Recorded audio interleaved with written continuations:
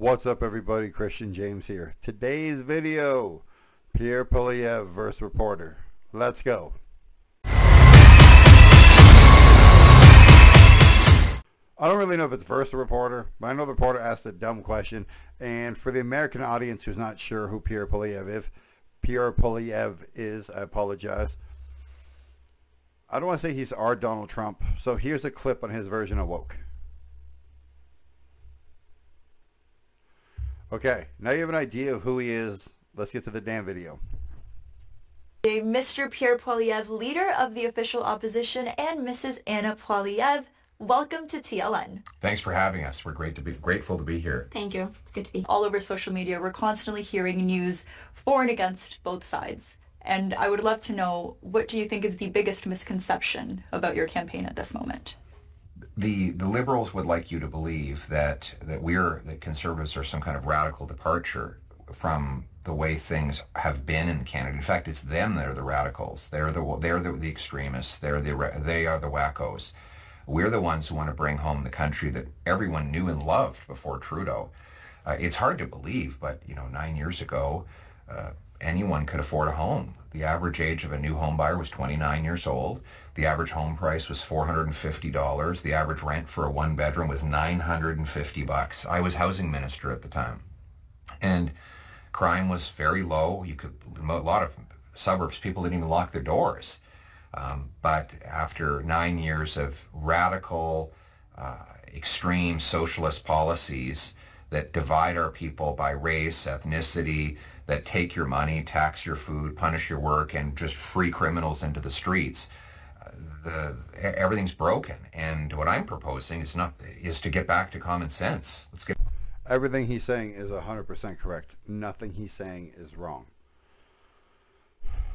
In the last 9 years, look, it's not exactly the day he got in, but systematically or just bumbling incompetence. And I really enjoy a nice pair of slacks. Years later, a doctor will tell me that I have an IQ of 48 and am what some people call mentally retarded. Just snowballing effect. I don't know. It's been rough. Like, there's been home invasions. Everybody's getting the car stolen. We used to have the odd. I live in the GTA 905 area. There's more carjackings than ever, more car thefts than ever, more home invasions than ever. And I was like, oh, what's than ever? 300% up in some categories, 400% up in some categories, 500% up in some categories, and that depends where you live, what you drive, etc., etc., etc. We have a new carbon tax, which you get taxed like 9 times before you buy a loaf of bread or something. Like, it's absurd. Like, well, how do you get taxed 9 times? Like, the gas for the seed getting to the farm, of the truck bringing to the farm, the gas for the combine to go out and cut it, the gas for the pickup truck to go, bring it to the barn or whatever, it just all the way to the grocery store, from the grocery store to your house, so on and so forth. It goes on forever. So we have that tax. We have the fact that our economy is stagnant. We have the fact that we need something like 5 million houses. Erroneous on both counts. As a nation. That's right. We're 5 million houses short. So what he's saying is 100% correct. Nothing they're saying is radical. Now, is it likely, like every other politician before him, including his party, including et cetera, et cetera, et cetera, that he's not going to fall through on everything because he can't or won't or changes his mind or can't get the votes? Of course. That's how it works. But the other way is simply not working. So even if you're like, I don't know how good he's going to do, could he do worse than literally is happening right now? No. Tell me one metric other than he legalized weed is better. Legalizing weed gave a great amount of taxation to weed itself, because now instead of going to the pot dealer, you went to the store.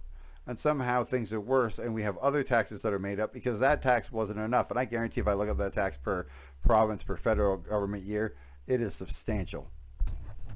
Get back to a country where hard work pays off, with a powerful paycheck that buys affordable food, gas, and homes in safe neighborhoods, where people have freedom of speech, where they're judged on their merits, not their ethnicity, gender, sexuality, etc., where parents have ultimate authority over what their kids learn about sexuality and gender, where we go after criminals, not after hunters and sport shooters, where we rebuild our military to have a strong standing in the world. That is the country we knew and the country we still love. That's what I want to bring home. Our military, I think they're over in Luxembourg, and I'll look it up afterwards. Right or wrong, I'm going to post it here, wherever it was.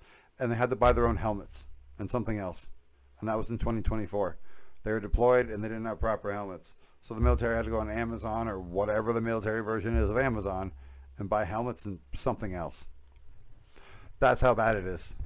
Let's start with housing. I mean, I am 27 years old. I am surrounded by people that dream about owning a house. But realistically, unless their parents own a house that they can then leave to them, it doesn't seem like it's going to be in any of our realities.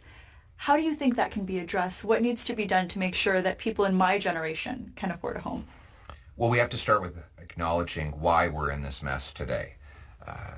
Canada wasn't like this before Trudeau. Like I said, it was very affordable to buy homes in Canada. And we should be the most affordable place in the world to get a home because we have so much space to build on. It's not like we're Singapore or Mexico City where there's just so many people and there's nowhere to put them all. We have literally an infinite amount of space. And the problem is that we have this horrible bureaucracy that blocks home building. It takes 7 or 8 years to get a permit. That adds hundreds of thousands of dollars to the cost of every new home. And it drives up drives most people out of the housing market. So I'm going to require municipalities speed up permits, free up land, cut development taxes to allow 15% more home building per year as a condition of getting their federal money. I'll sell off 6,000 federal buildings and thousands of acres of federal land. In fact, every square inch of real estate that is not needed for the functioning of the federal government or that is not a national park or ecologically sensitive will be considered for housing. We're going to get rid of the carbon tax to lower building material charges, and we're going to focus on the trades, not just the professions, so we can have more boots, not more suits to build the homes. Again, can he do all of that? That seems pretty simplistic, especially as the leader of a damn country, a G7 nation. That's why he's getting my vote. That's why he should get everybody's vote. Look, he has a plan. It's simple. It makes sense. Now, is it going to be found that we can sell all 6,000 government buildings? No. If we sell 4,000, what if you sell 3,000? That's a lot of homes we can get. You understand what I'm saying? The fact that he has a plan. Get rid of the carbon tax. Focus more on the trades. You don't have people from college universities typically build homes unless they have a degree they don't care for, don't like, or is useless, or obviously is a saturated market. Like when I was a teenager, it's like, get into programming, get into programming. How many fucking programs do you think they need? They need a lot. But I'm telling you, the amount of people when I was a teenager going into, college age, everything was about programming. The fact now that we don't have enough people for building the homes, we don't have people in trades is a giant problem.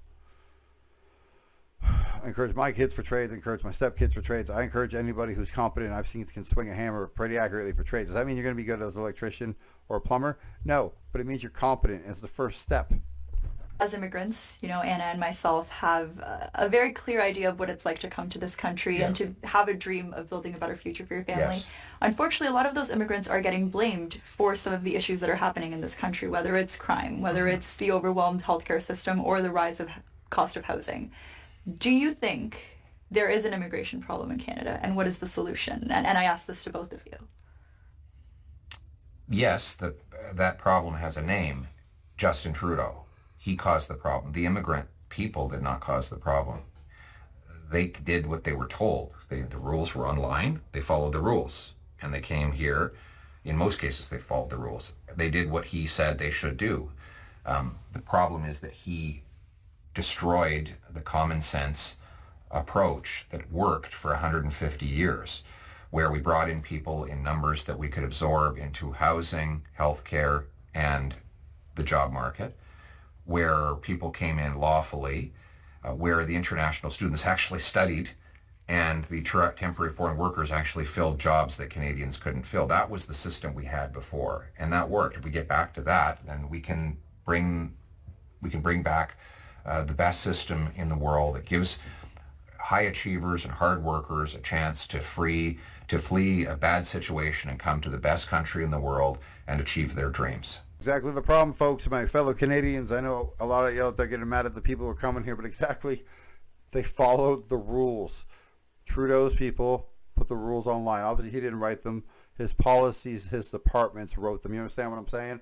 So the people who came here, like, obviously, my mom at one point was a foreigner. She moved here when she was 3, right? So I made my grandma a foreigner. Obviously, I was the first generation Canadian born in my family. Excuse me. So everybody who comes here, everybody, folks, you know what I'm talking about. All y'all from Scandinavia, everybody who comes here is a foreigner. Not Scandinavia, Siberia. Everybody who comes here is a foreigner. All right. So that's fine. But the system he's referring to for the last 150 years is like a grading system. Say you're a doctor, an engineer, it's an A. Say you're a nurse or a teacher, that's a B. Say you're a CSR or a barista, that's an E or an F. Say you're a, say something that's going to be hard to fill for Canadians they don't want to do. Okay, we have legalized weed everywhere, right? Apparently, working in the weed plants or the weed grow-ups is very humid and very uncomfortable. Canadians don't want to do it, so they immigrated foreign workers for it. There's a reason to immigrate people here, right? There's a job. Canadians don't want to do it. They're refusing to do it, even though it pays well. Bring these people in. Don't ask me why they're refusing to do it. People, I do. It's a lot of money, but I have my own goddamn business. But that's how our immigration system worked. And then all of a sudden, it was like, hey, psst, come on over. Like, you let me in? Like, apparently we're letting everybody in. We're not checking backgrounds. We're not checking scores. We're not checking education. We're not checking, you know, who they're connected to. We're not checking to see if there are any affiliations of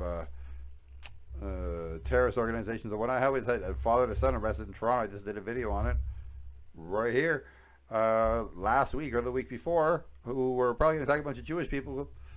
But that was broken up by the RCMP, probably on behalf of another, you know, FBI, CIA, CSIS, which is RCIA. Anyways, enough rambling, back to the video. And as a multilingual broadcaster, I mean, multiculturalism is at the core of what we do. And historically, companies like ours have been underfunded and we have been undervalued. And I quote something that you've said in the past, that you would like to restore balance for small, local, and independent voices in the media that have been crushed. So I'm curious, how do you plan to achieve this? And what specifically do you value in Canadian media? What I value in Canadian media is freedom of the press, true freedom of the press. That means the government does not control what you say, how you say it, what values you and information you share with your audiences. It also means that people compete, news outlets compete for eyeballs and earlobes. Market, they get the market based on the quality of the product they put out. A supermarket or a restaurant would. I would get rid of the C63, C18, which is blocking you from Facebook and possibly other platforms, so you could get. I would also make sure that the necessary advertising that the government does do get independent media. It shouldn't be concentrated with or Chorus or Rogers, big oligarchs dominated it. They should get next to nothing of it. And the current, the big corporate controlled state, I don't want to do that. I want to get rid of guys and allow for true entrepreneur media. Again, free market, open economy, capitalism, you know, obviously help out the independent person, right? The small guy, not Chorus. Like, how do I explain Chorus? It's like an ABC, NBC, you know what I mean? They're a big company in Canada. Bell, as well, Alexander Graham Bell, he created the telephone. Bell is named after him. It's a giant corporation in Canada. It's coast to coast to coast. I know it's in other countries too. And then Rogers, similar to Bell, all right? How my internet is through Rogers. People have the cell phone through Rogers. People have like home stuff through Rogers. The Rogers Center in Toronto where the Blue Jays play. You understand what I'm saying? Big companies, they don't need help. Why would you help somebody that's already rich? Like, here, take extra. Because if I give you extra, one, you're going to be at the top. You're going to drown out all the small voices. You're going to say exactly what I want to say when I give you this money. Because that's why you're saying what I want you to say, because I gave you the money. So if you give the small people who actually do real journalism, give them a chance to grow into something, that makes sense. But again, if they're bad, you don't just give them money because they're failing. You give them money as a startup, or again, they speak for a particular voice in the community, like Well, people from Venezuela, for example, if that's their, like Venezuelan Canadians, if that's what they report on, that's a niche part of Canadian citizens. I don't think a lot of people from here are from Venezuela. Oh, look, that's what I mean. That's not a bad place to give it. But at the end of the day, if people fail, you got to let them fail. Remove the censorship law. So what he's referring to is Trudeau C16, whatever, C11, whichever one of the two it was, maybe C11, that's requiring if Facebook, all those companies, Instagram, show Canadian news outlets like TLN here on there, they have to pay, so they just block them all. You get rid of that so they can be seen. So, you know, say a foreign person wants to see it and they're on Instagram, oh my God, they might actually tune in. Not just every person who's supposed to pay and doesn't want to pay, because who the fuck pays for information on Instagram? Dudes like 304s. It doesn't make any questions I wanted to focus on. The rest gets into a little bit of nonsense. But look, at the end of the day, he's the man of the plains. The man's getting my vote. If you're Canadian, vote for him. If you vote for Trudeau 3 times in a row, we ain't managing no more. Just smarten up. Like, comment, subscribe. Tell me I'm right. Tell me I'm wrong. Tell me if you agree. Tell me if you disagree. Tell me if you vote for him. Tell me if you vote for Trump. Tell me if you vote for Kamala Harris. You got your damn mind if you vote for. Ha ha ha ha. I'm out.